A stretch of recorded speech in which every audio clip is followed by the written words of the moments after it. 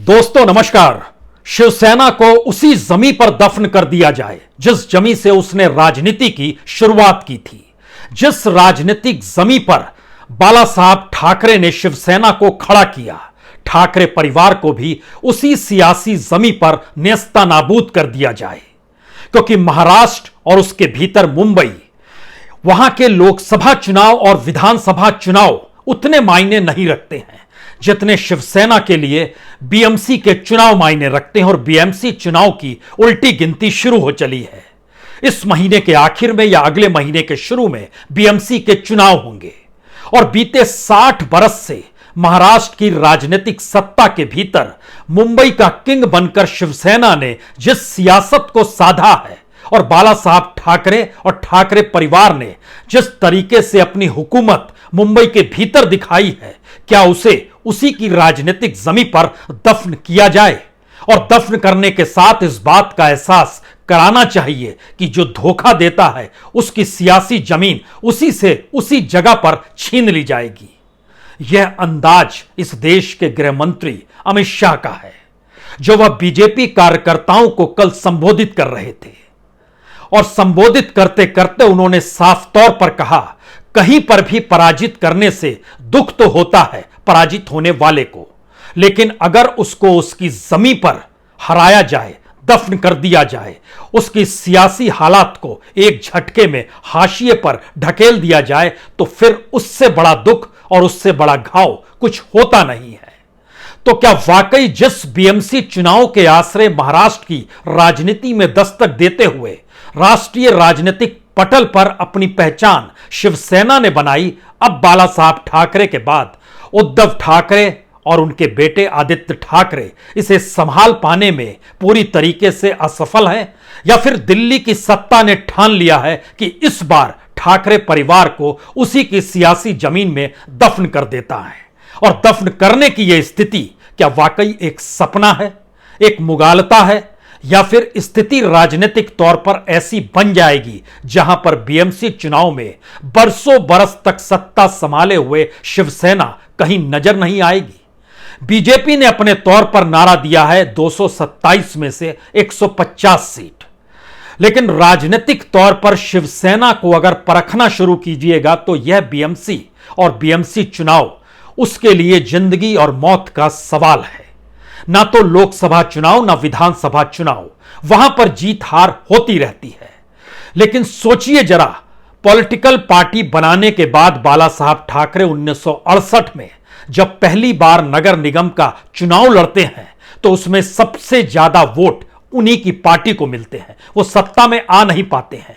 लेकिन उस वक्त का भी निष्कर्ष दो निकलता है। एक निष्कर्ष, जिस रास्ते बाला साहब ठाकरे महाराष्ट्रियन के भीतर शिवसेना के ताने बाने को बुन रहे हैं, उसने असर कर दिया।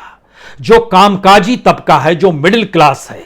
और जिसे डराया जाता है, वह भी शिवसेना के साथ खड़ा है। और उस दौर में दो ही पक्ष ने सबसे ज्यादा वोट शिवसेना को दिए थे। यानी हम 54 बरस पहले की परिस्थिति का जिक्र कर रहे हैं, 1968 में।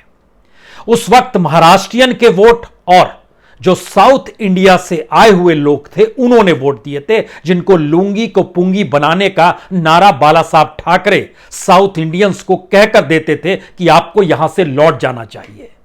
लेकिन जिस दो तबके ने वोट नहीं दिया, उसमें जो उच्च आय वर्ग वाला तबका था वो शिवसेना को पसंद नहीं करता था, और दूसरा महत्वपूर्ण तबका गुजरातियों का था। 1968 में भी नगर निगम के चुनाव में गुजरातियों ने वोट शिवसेना को नहीं दिए। और 2022 में गुजरातियों की सत्ता जब दिल्ली पर काबिज है, तो गुजरातियों के लिए आसान रास्ता मुंबई का क्यों नहीं बनना चाहिए? शायद यह सवाल दिल्ली की राजनीतिक सत्ता में आज से नहीं 2014 से है। लेकिन 2014 को लेकर भी बीजेपी की अपनी व्याख्या है, शिवसेना की अपनी व्याख्या है। 2019 को लेकर भी अपनी व्याख्या है, और 2017 के बीएमसी चुनाव को लेकर भी दोनों पॉलिटिकल पार्टी की अपनी व्याख्या है। लेकिन पहली बार सवाल शिवसेना का है, ठाकरे परिवार का है। और ठाकरे परिवार के आदित्य ठाकरे जब यह खबर निकल कर आती है कि जिस तरीके से अमित शाह इस बार 150 के टारगेट को लेते हुए खुले तौर पर ठाकरे परिवार को राजनीतिक हाशिए पर ले जाने का जिक्र कर रहे हैं और राजनीतिक तौर पर उस शिवसेना को दफन करने का जिक्र कर रहे हैं जिस शिवसेना के ऊपर ठाकरे परिवार का वर्चस्व अब भी है, तो उसकी चेतावनी या चुनौती या फिर जिस संघर्ष का जिक्र होना चाहिए उसमें पहली बार यही है कि बीएमसी के चुनाव ठाकरे परिवार के लिए जीवन और मरण का सवाल है। लेकिन एक सवाल इसके साथ और जुड़ा हुआ है, बाला साहब ठाकरे की राजनीति के तरीके और बाला साहब ठाकरे के महाराष्ट्रियन को अपने साथ खड़ा करना 1960 के दशक में और 1985 आते आते हिंदुत्व का चोगा पहन लेना और एंटी मुस्लिम हो जाना और 1995 आते आते सत्ता संभालना, लेकिन सत्ता संभालने के बाद भी मुख्यमंत्री खुद नहीं बनना बल्कि रिमोट कंट्रोल अपने हाथ में रखना और संसदीय राजनीति के प्रति दुर्भावना खुले तौर पर दिखाना, यह कहकर दिखाना कि दरअसल आने वाले वक्त में नेताओं की पिटाई सड़क पर होगी और इस देश को तानाशाह की जरूरत है। हमें लगता है कि आज बाला साहब ठाकरे की विरासत को संभाले हुए उद्धव ठाकरे और आदित्य ठाकरे और शिवसेना जो एकनाथ शिंदे जो पूरे तरीके से इस वक्त बीजेपी की गोदी में है और उसके हिसाब से मुख्यमंत्री बनकर वह चीजों को चला रहे हैं, उसे परखने की जरूरत है क्योंकि आंकड़े भी एक साथ चलेंगे और परसेप्शन भी दूसरे हाथ चलेगा। शिवसेना परसेप्शन का नाम है। शिवसेना गैंग के तौर पर निकली थी, संगठन के तौर पर बनी, ऑर्गेनाइजेशन के बाद उसने आंदोलन की हवा पकड़ी और उसके बाद सत्ता और सियासत को साधना शुरू कर दिया। अगर उस पूरी प्रक्रिया में चले जाइएगा तो जिस तरीके से 227 सीट बीएमसी की मुंबई के भीतर है, उन 227 सीटों पर शिवसेना की शाखा कैसे काम करनी चाहिए इसका राजनीतिक प्रयोग और किसी ने नहीं। आरएसएस से निकले दत्ता प्रधान जो कि उस वक्त जनसंघ के साथ थे, वह बाला साहब ठाकरे के साथ आते हैं और 227 शाखाएं बनाते हैं और शायद इसीलिए मुंबई के टेक्सटाइल मिल से लेकर सड़क किनारे रेहड़ी वालों के और छोटे मोटे होटल और ईरानी होटल तक पे राजनीतिक कब्जा शिवसेना ने किया। उस शिवसेना के सामने क्या वाकई मुश्किल है इस बार अगर बीजेपी ने अपने तौर पर साध लिया है और दिल्ली की सत्ता सक्रिय हो गई है? राजनीतिक तौर पर चीजों को परखने से पहले हमको लगता है उस बीएमसी की उस परिस्थिति को समझिए। पिछले चुनाव में शिवसेना और बीजेपी दोनों एक साथ चुनाव लड़े थे। शिवसेना को 84 सीटें मिली थी, बीजेपी को 82 सीटें मिली थी, लेकिन ये दोनों जब साथ नहीं थे और 2012 में जब आप चले जाते हैं तो शिवसेना को 75 सीटें मिली थी, बीजेपी को 31 सीटें मिली थी। लेकिन इस प्रक्रिया में जब हम आपसे ठाकरे परिवार का जिक्र कर रहे हैं तो यहां पर हमें लगता है राज ठाकरे का भी जिक्र होना चाहिए। राज ठाकरे जिस ठसक की राजनीति के साथ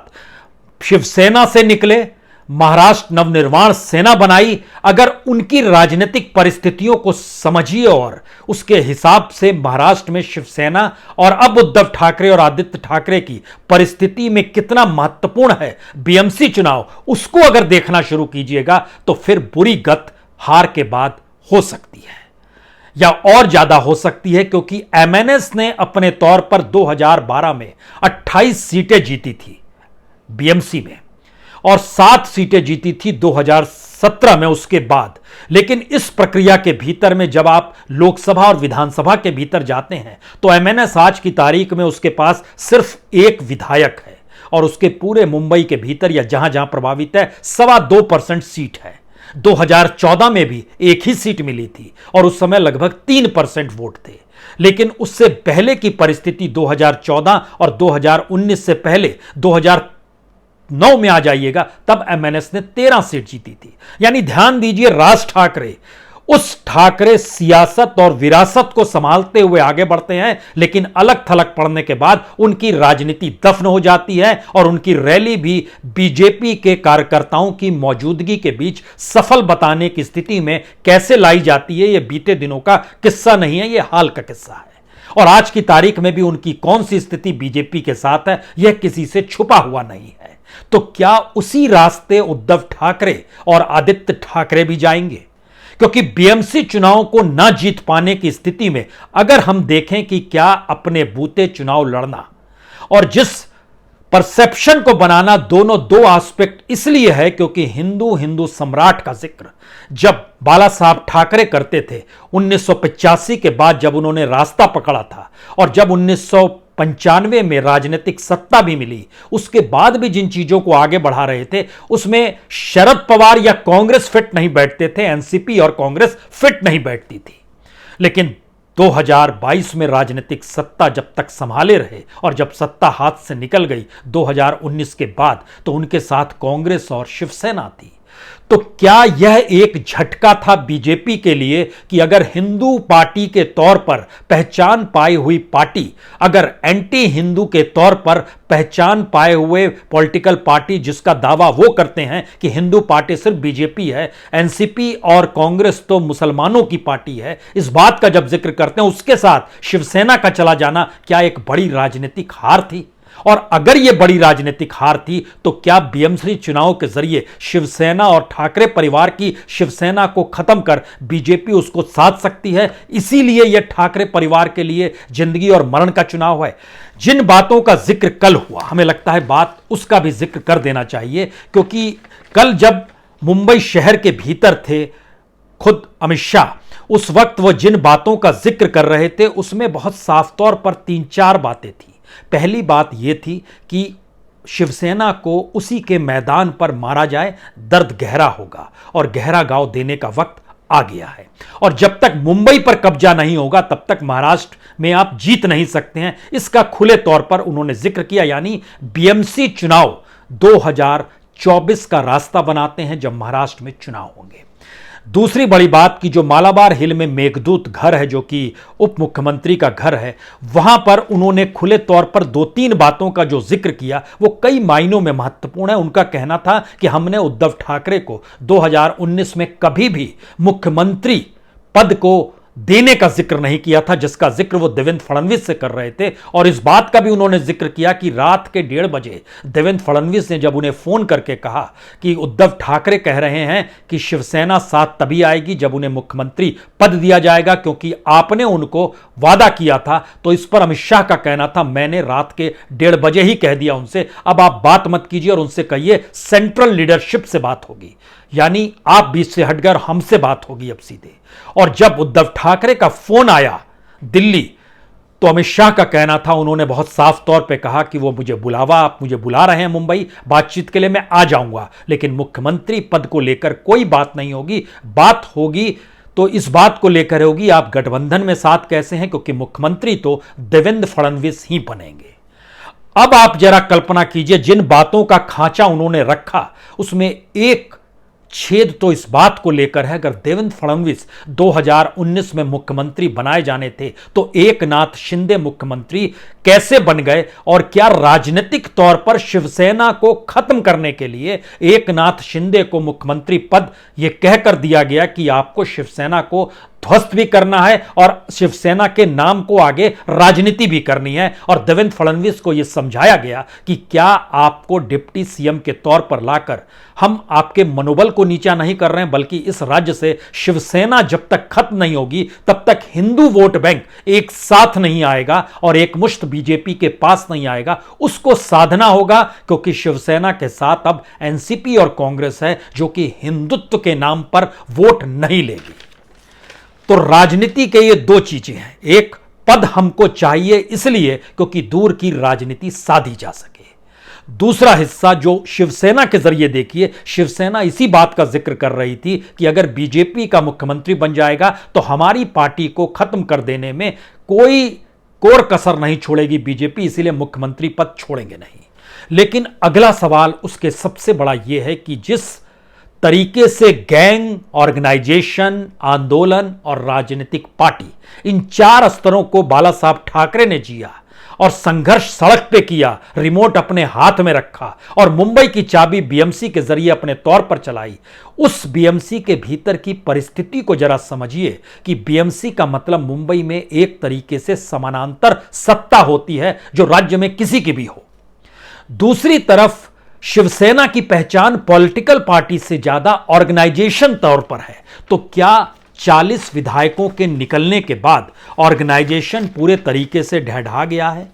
और इस बीएमसी का मतलब बहुत साफ है दिल्ली के लिए कि गुजराती व्यापारियों के लिए रास्ता बन जाएगा और शिवसेना बीच में अड़चन नहीं डालेगी, जो उसकी पहली जरूरत है। दूसरी जरूरत है कि मुंबई एक आर्थिक ताकत के तौर पर और इस देश की भी इकोनॉमिक कैपिटल जानी जाती है, उस पर कब्जे का मतलब है कि इस देश के तमाम कॉरपोरेट्स को अपनी उंगलियों पर नचाना और रखना, शिवसेना के तौर पर नहीं जहां वसूली होती है, बल्कि अपने तौर पर जहां पर हम उनके जरिए धंधे को किस रूप में किस तरीके से इस देश में आगे बढ़ाएं, उसका मायने रखता है। क्योंकि तीसरा सवाल था कि निवेश सारे मुंबई के रास्ते ही आते हैं और वहां पर दिल्ली की सत्ता का काबिज होना जरूरी है। और चौथा सवाल जो सबसे महत्वपूर्ण था कि ठाकरे की सत्ता और ठसक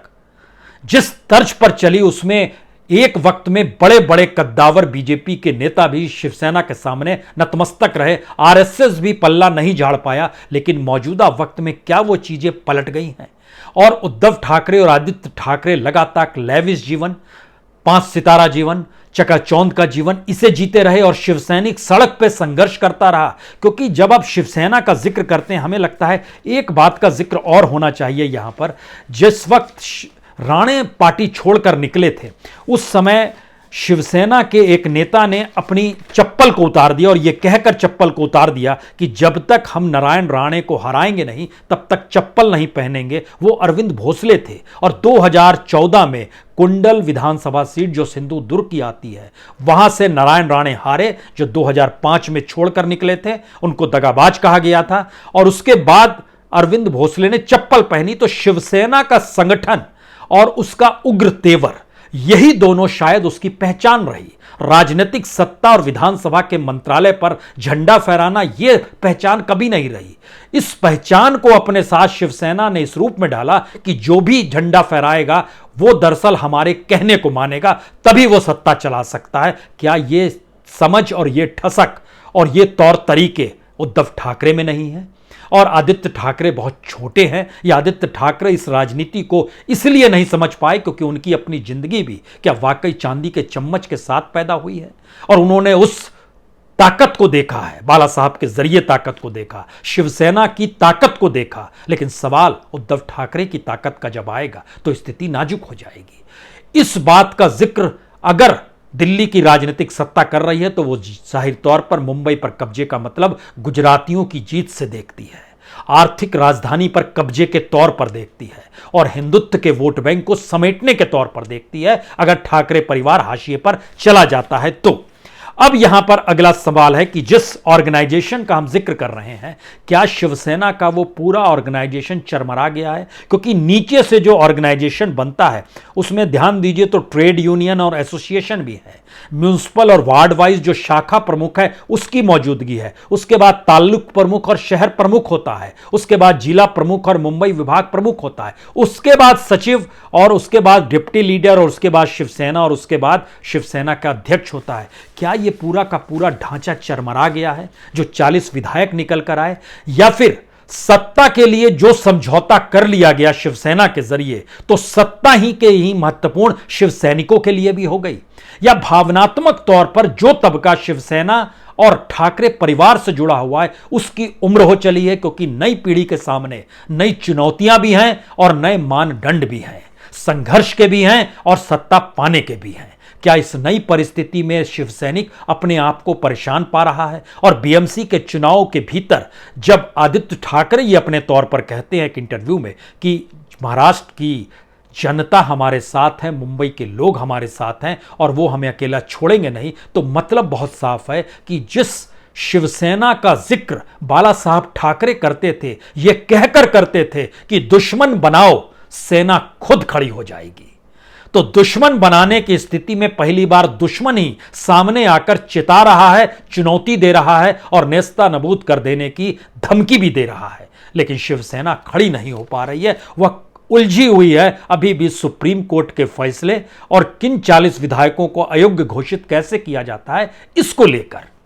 एकनाथ शिंदे की सियासी चाल हो सकता है मौजूदा सियासी वक्त की जरूरत हो, लेकिन अगला सवाल यह है कि जब पूरे के पूरे पॉलिटिकल पार्टी के भीतर कोई ऑर्गेनाइजेशन सत्ता के लिए ही दिखाई दे, कोई पॉलिटिकल पार्टी सत्ता के लिए ही दिखाई दे और सत्ता को लेकर ही नए गठबंधन हो, विचारधारा मायने नहीं रखती हो इस देश के भीतर में, तो मुंबई इससे अछूता नहीं होगा। और मुंबई अछूता नहीं होगा तो फिर राजनीतिक तौर पर बीएमसी के चुनाव सिर्फ चुनाव नहीं होंगे, यह चुनाव से आगे की परिस्थिति जीने वाले क्षण होंगे, क्योंकि यह ठाकरे परिवार की राजनीतिक विरासत का अंत है या फिर अपने आप को जिंदा रखते हुए नए तरीके से राजनीतिक सत्ता को एक नए तरीके से परिभाषित करते हुए आने वाले वक्त में ठाकरे परिवार की हुंकार है। फैसला इसका भी होना है। फैसला इस बात का भी होना है कि जिन गुजरातियों के आश्रय जो दिल्ली की सत्ता मुंबई पर कब्जा चाहती है, उन गुजरातियों को लेकर शिवसेना का रुख अब आने वाले वक्त में किस राजनीति के साथ चलेगा, जो कि 54 बरस पहले भी वोट नहीं देते थे शिवसेना को और आज भी वोट नहीं देते हैं। इन सवालों के बीच जो सबसे आखिरी सवाल सबसे बड़ा यही हो चला है कि खुद अपने तौर पर बाला साहब ठाकरे संघर्ष के प्रतीक थे। उनका कहना था कि शिवसेना को हमेशा प्रतिक्रिया के लिए तैयार रहना होता है। मौजूदा वक्त में क्या प्रतिक्रिया के लिए तैयार आपको उद्धव ठाकरे और आदित्य ठाकरे नजर आए या शिवसैनिक नजर आए? नहीं नजर आए। एक अर्थ में दुश्मन आपका निर्माण करता है, यानी शिवसेना का निर्माण करता है। यह लाइन बाला साहब ठाकरे की है। दुश्मन कौन है इससे कोई खास फर्क नहीं पड़ता। दरअसल यहां दुश्मन वक्त वक्त पर बदलता भी रहता है राजनीतिक जरूरत के लिहाज से, लेकिन दुश्मन जरूर बनाइए तभी सेना खड़ी हो पाएगी। कभी गैर महाराष्ट्रियन दुश्मन होगा, कभी कम्युनिस्ट दुश्मन होगा, कभी उत्तर प्रदेश का भैया दुश्मन होगा, कभी उडुपी का रेस्तरां वाला दुश्मन होगा, कभी लुंगी वाला दुश्मन होगा, कभी फुटपाथ पर सोने वाला, कभी मुसलमान तो कभी कोई गैर हिंदू। दुश्मन बनाने की प्रक्रिया के भीतर शिवसेना को साधते हुए सत्ता तक पहुंचाने का जिक्र जब बाला साहब ठाकरे से वीर संघवी ने एक इंटरव्यू में पूछा, 1995 का हम जिक्र कर रहे हैं, तो उन्होंने बड़ा शानदार सत्ता आई हुई है और कह रहे हैं मैं जो देख रहा हूं उसमें देश एक गृहयुद्ध की तरफ जा रहा है और 97 2 बरस के बाद ही यह शुरू भी हो जाएगा और जो 1 साल तक चलेगा तब फौज को हस्तक्षेप करना पड़ेगा। महत्वपूर्ण यह नहीं है, महत्वपूर्ण इसके आगे की लाइन है जो वो कहते हैं कि राजनीतिक नेताओं की देश भर में जगह जगह पिटाई होगी, उन्हें कत्ल किया जाएगा, लेकिन इस अराजकता में एक नया भारत फिनिक्स पक्षी की तरह उभर कर आएगा। राजनेताओं को लेकर जो घृणा लोगों के बीच थी, शिवसैनिक तो नहीं लेकिन बाला साहब ठाकरे इसे समझते थे। इसीलिए सत्ता आई तो भी ठाकरे परिवार को उन्होंने उस राजनीतिक सत्ता से दूर रखा जहां पर पहचान नेता के तौर पर होने लगे, क्योंकि खुद को नेता बाला साहब ठाकरे नहीं मानते थे। लेकिन मौजूदा वक्त में उद्धव ठाकरे और आदित्य ठाकरे ने क्या यह भूल कर दी कि खुद को नेता मान लिया और शिवसेना को एक पॉलिटिकल पार्टी मान लिया जिसे आंदोलन संगठन गैंग के तौर पर डेवलप बाला साहब ठाकरे कर रहे थे। और इस वक्त चुनौती देने के लिए जब अमित शाह मुंबई पहुंचे और जिस अंदाज में वह चुनौती दे रहे हैं शिवसेना और ठाकरे परिवार को और बीजेपी के भीतर वो जोश भर रहे हैं, तो क्या बीएमसी के चुनाव